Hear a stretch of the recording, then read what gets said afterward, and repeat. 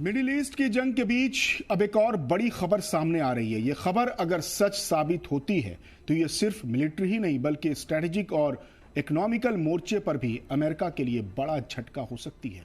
Reports के मुताबिक खाड़ी के 4 देश सऊदी अरब, यूएई, कतर और कुवैत अमेरिका के साथ अपनी डिफेंस डील खत्म करने पर विचार कर रहे हैं। इन देशों के सियासी हलकों में यह चर्चा चल रही है कि मौजूदा सूरत हाल में वॉशिंगटन पर सिक्योरिटी के लिए पूरी तरह डिपेंड रहना सही है या नहीं। दरअसल दशकों से खाड़ी देशों की सुरक्षा का बड़ा आधार अमेरिका रहा है। अरबों डॉलर के हथियार सौदे, एयर डिफेंस सिस्टम, फौजी अड्डे, इन सब के जरिए अमेरिका ने इस पूरे इलाके में अपनी मजबूत मौजूदगी बनाए रखी है। लेकिन इस जंग और बदलते हालात ने कुछ सवाल खड़े कर दिए हैं। अगर ये खबर सही निकलती है और ये देश अपनी रक्षा सौदों को महदूद करने या खत्म करने की तरफ बढ़ते हैं तो ये अमेरिका की मिडिल ईस्ट पॉलिसी के लिए बहुत बड़ा झटका होगी।